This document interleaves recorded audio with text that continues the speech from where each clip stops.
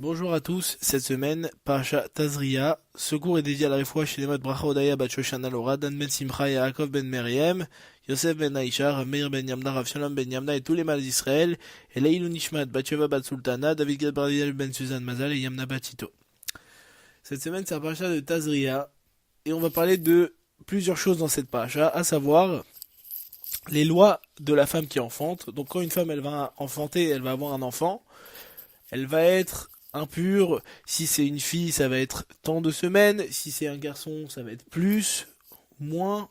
Là, la Torah, elle va expliquer. On a aussi également la mitzvah de la Brit Mila.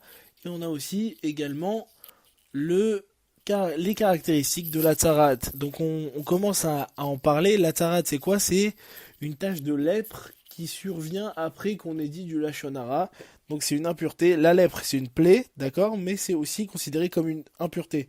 Donc cette paracha, tout de suite, elle vient après justement qu'on ait parlé de la cache-route. Et on va voir qu'il y a un lien entre la cache-route et le lashon hara. On commence par le premier passouk de cette paracha, Isha Kitazria Ve'alda Zachar, une femme qui a ensemencé, qui a conçu et enfante un garçon. Le Kedushat Lévi, le Rabbi Lévi Yitzhak de Berditchev, il vient nous parler en allusion, il vient dire que ça, cette femme qui ensemence, c'est autre chose. Il faut aller au-delà de l'acte. Et il nous dit la chose suivante. Les sages, ils apprennent de ce verset que quand une femme, elle va ensemencer avant l'homme, eh ben, elle va enfanter d'un garçon. Mais Rabbi Lévi Yitzhak de Berditchev, il va nous expliquer d'après une allusion. Il va dire, en effet, le lien entre Hachem et Israël est comparé au lien entre un homme et sa femme. Comme dans le Shirachirim, on a l'impression que c'est un homme, un khatan et une kala, c'est Israël et Hachem. La femme, ici, elle symbolise l'assemblée d'Israël. Quand la femme, Eret Israël, quand la femme, le peuple d'Israël, il ensemence en premier, c'est-à-dire qu'il veut se rapprocher d'Hachem, il va vers son mari, avant même que Hachem y vienne les chercher, alors c'est un garçon qui va sortir. C'est quoi un garçon? Le mâle. C'est quoi le mâle? Le mâle symbolise la vigueur et la force. Si les juifs, ils n'attendent pas qu'Hachem ils viennent les chercher pour étudier la Torah, s'ils vont vers Hachem, alors ils vont avoir une pérennité dans la Torah, ils vont avoir une Torah solide qui va servir comme une descendance, parce que la descendance elle vient de l'homme. Deuxième chose, sur le même pasouk, le Ramban, Rabbi Moshe ben Nachman, il vient nous dire une chose extraordinaire. Il dit une femme qui concevra.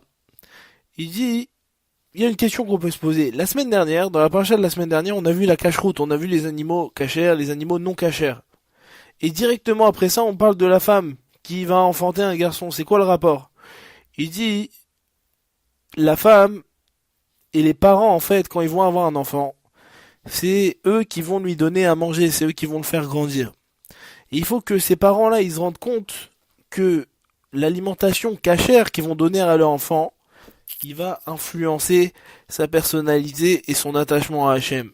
Le fait qu'il y ait des parents qui donnent de la nourriture non cachère à leurs enfants, plus tard, ça leur fait des défaillances dans leur service d'Hachem, dans leur aptitude à étudier la Torah, ça les rend indifférents et ça casse leur sensibilité à la sainteté de la Torah, Hachem Ishmor. Donc le Ramban, il dit, c'est quoi le lien entre la femme qui va enfanter et la paracha d'avant, qui est la cache-route?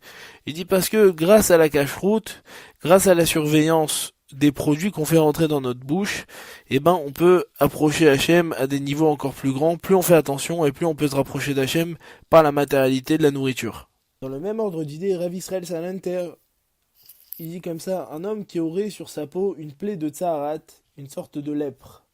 On va parler de la lèpre dans cette paracha. La lèpre, elle vient à la suite d'un lashon hara. Quelqu'un qui a fait de la médisance, il était frappé de lèpre. Comment ça marche? Pourquoi il dit ça encore?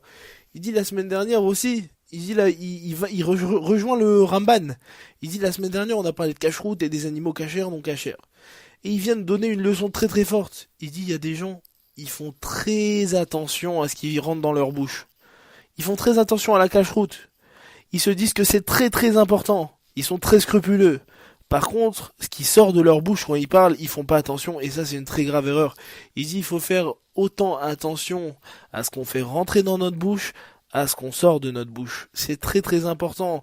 Il y a des paroles qui blessent. La tzarat, la lèpre, c'est pas simple comme maladie, c'est pas simple comme plaie. Ça veut dire que le mal que t'as fait avec ta bouche, C'est comme s'il revenait sur ton corps, et tu sais combien ça fait mal sur ton corps, mais tu sais pas combien ça fait mal quand tu le sors de ta bouche. On finit avec un dernier mot. Ubayom Hashmini, Imol Bessar Orlato. Et le 8e jour, il circoncira la chair de son prépuce. Donc on va parler dans cette parcha de la Brit Mila, la mitzvah de Brit Mila. Et ce qui est assez intéressant d'étudier, c'est que c'est le 8e jour. Pourquoi le 8e jour? On aurait dû dire le 6e jour, ou pourquoi pas le jour de la naissance? Alors pour le jour de la naissance, ça se comprend, c'est dur pour l'enfant, il vient naître. 3 jours après, c'est possible, pourquoi pas? 6 jours, 7 jours, ça fait une semaine, pourquoi 8 jours? Alors, le Zohar, il explique comme ça. Il dit que un enfant, quand il va passer 8 jours, dans ces 8 jours, il y aura forcément un Shabbat. Et alors, ça change quoi? Il dit que finalement, le Shabbat, c'est ça qui donne la vitalité à l'enfant pour surmonter la douleur de cette Brit Mila, pour surmonter cette mitzvah de la Brit Mila. Pourquoi? Parce que physiquement, c'est éprouvant. Et oui.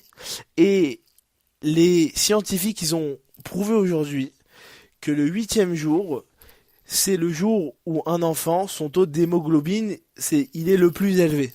Donc en fait, Hachem, il était là avant la science, bien sûr, et il fait en sorte que tout se passe bien. Maintenant, il y a un autre midrash, il y a une explication qui dit que à la création du monde, tous les animaux, ils étaient sans vie, ils étaient vivants.